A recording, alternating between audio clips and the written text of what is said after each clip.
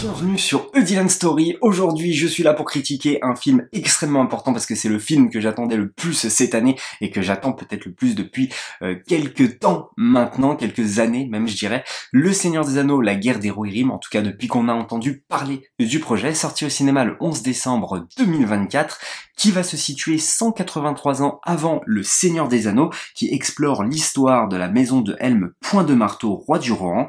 Face à l'attaque soudaine de Wolf, un seigneur vengeur et cruel, Helm et son peuple se barricadent dans la forteresse du gouffre de Helm. Dans cette lutte désespérée, Hera, la fille de Helm, doit rassembler le courage nécessaire pour diriger la résistance contre un ennemi déterminé à détruire son peuple. Et autant vous le dire tout de suite, c'est ma plus grosse déception de cette année et même des dernières années, à tel point que je l'attendais. J'ai essayé après le film de trouver le maximum de points positifs. Alors il y en a, mais vraiment les points négatifs sont tellement au-dessus des points positifs, c'est vraiment malheureux. Et alors il y a un point sur lequel je voulais revenir, c'est que depuis qu'on a entendu parler du projet, certains journalistes, entre guillemets, j'aimerais bien les rencontrer, ces fameux journalistes, ont eu la chance de voir quelques images par-ci par-là, des 20 minutes, des 10 minutes, de soi-disant grandes batailles épiques, filmées et animées d'une manière vraiment inédite, et donc j'aimerais bien savoir si d'une part ils nous ont menti ou non, ou alors si on leur a servi autre chose.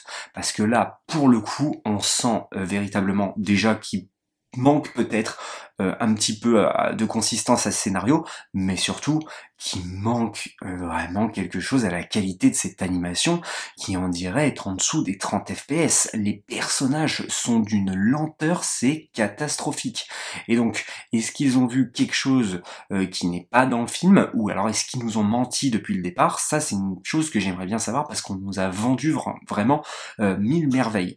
Et d'ailleurs, aujourd'hui, il y a énormément de choses à l'heure où je tourne ces vidéos qui sortent, on est à une semaine de la sortie du film et énormément de choses sortent, notamment du côté de Warner, comme quoi tout simplement le film a été accéléré dans son processus et donc techniquement pas fini et sorti à cette date précise pour ne pas perdre les droits tout simplement de l'univers Tolkien chez New Line Cinema. Et évidemment, donc on comprend que le film a été fait pour de mauvaises raisons, et là c'est vraiment dommage. Je vais m'arrêter dans un premier temps pour moi sur ce qui fait vraiment le plus gros défaut de ce film, à savoir l'animation, encore une fois, qui est vraiment bas d'étage. Alors attention, je parle pas du dessin, parce que le dessin en revanche lui est très très beau, donc tout ce qui va être arrière-plan, tout ça, tout ce qui va être en fait image arrêtée, on va prendre le temps tout simplement de nous montrer par exemple les Doras, qui va être vraiment splendide, on va vraiment voir la qualité de Doras, tout ça dessiné à la main, plan d'ensemble, voilà, tous les plans contemplatifs entre guillemets sont vraiment d'une grande qualité, notamment les plans du gouffre de Helm. Donc voilà, ça c'est vraiment beau, il n'y a pas de problème, et même d'ailleurs quand les personnages sont dans ces décors, les arrière-plans sont vraiment magnifiques. En revanche, dès que le film se met en mouvement, dès qu'il s'anime, c'est vraiment une catastrophe. C'est d'une lenteur absolue. Il n'apporte rien de plus à la mise en scène, notamment qu'avait mis en place Peter Jackson, parce que moi, c'est là où aussi j'en attendais un peu. Déjà, d'une part, c'est dans l'univers de Peter Jackson, donc voilà, contrairement à la série Les Anneaux de Pouvoir, là, c'est ancré dans l'univers visuel de l'adaptation de Peter Jackson, et donc voilà, je m'attendais à quelque chose vraiment de grandiose et de révolutionnaire, et pour le coup, c'est tout l'inverse. Tout ce qui va être bataille, il n'y a rien de révolutionnaire, et bien au contraire, c'est même très bordélique. Je vais revenir sur l'animation, qui est une lenteur exécrable, et en plus, cette année, c'est pas comme si c'était le seul film d'animation que j'avais vu, j'en ai vu plusieurs, et en plus, la plupart étaient vraiment de haute qualité, et proposaient chacun à leur manière, tout simplement une proposition d'animation. Et même si par exemple des films comme Vaiana, ou encore Transformers, oui, ça me fait chier, mais je vais devoir le faire, je vais comparer Transformers, oui, le commencement, à Le Seigneur des Anneaux, la guerre des Rohirrim. Transformers, le commencement, alors certes, n'a pas ces beaux dessins d'arrière-plan, mais il a une qualité d'animation qui est digne de l'animation d'aujourd'hui, sans proposer quelque chose de novateur, contrairement à un film comme Flow ou encore Le Robot Sauvage, mais pour le coup, là, Transformers le commencement, quand il y a des phases d'action, mais ça y va à 200 à l'heure, et c'est ce qui fait toute la qualité du film. C'est quand l'animation se met en mouvement, quand l'action se déroule sous nos yeux, on en prend plein la gueule. Et là, mais c'est tout l'inverse, et c'est ce que j'attendais de ça.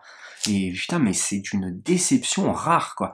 Et encore une fois, là où le film aurait pu justement tirer son épingle du jeu par justement des batailles inédites et filmées d'une manière inédite, puisque évidemment hein, c'est beaucoup plus difficile, je dirais quand même, en règle générale, de filmer en prise de vue réelle 3000 chevaux, hein, notamment je pense à la charge du Rang de Peter Jackson, on a ça, mais en 6 fois moins bien. Je prends par exemple l'attaque des Doras, qui aurait pu vraiment visuellement être quelque chose de vraiment cool, mais l'action et l'image est tellement découpée d'une manière. Alors oui, hein, on assemble les chevaux comme Théoden, voilà, on fait la charge, les corps, tout ça, la musique derrière évidemment du Seigneur des Anneaux, mais on coupe ça, on coupe l'action en plein milieu, sans forcément avoir justement l'aboutissement de ça, et le découpage justement de cette action, c'est vraiment ridicule. Ensuite, je vais parler par exemple des olifants.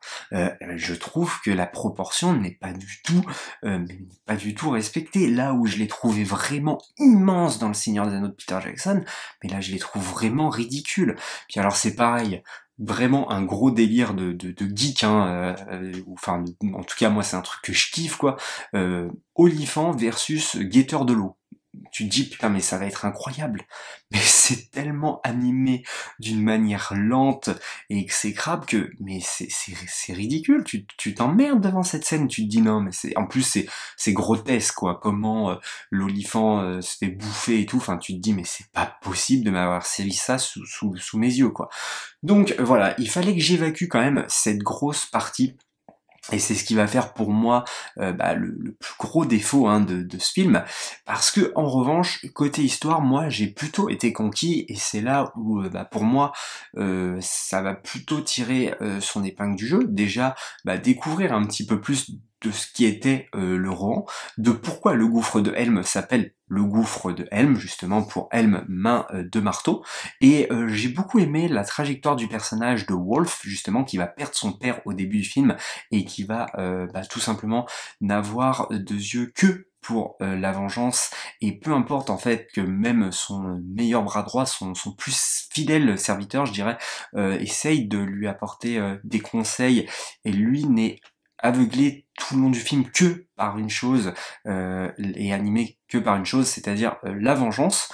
Et donc j'ai beaucoup aimé ce personnage qui va tout simplement décider de tuer l'entièreté de la lignée de Helm. Et là c'est vraiment intéressant je trouve, et justement pour moi il y a une grosse partie du film qui manque à travers ce personnage Wolf, qui lui réapparaît des années après que son père est mort, sans justement nous montrer qu'est-ce qu'il en était devenu de lui, et comment il a réussi à rassembler autant d'hommes et d'armées autour de lui. Et je pense que c'est une partie qui aurait dû justement se concentrer sur lui, quitte à ce que le film fasse 3 heures.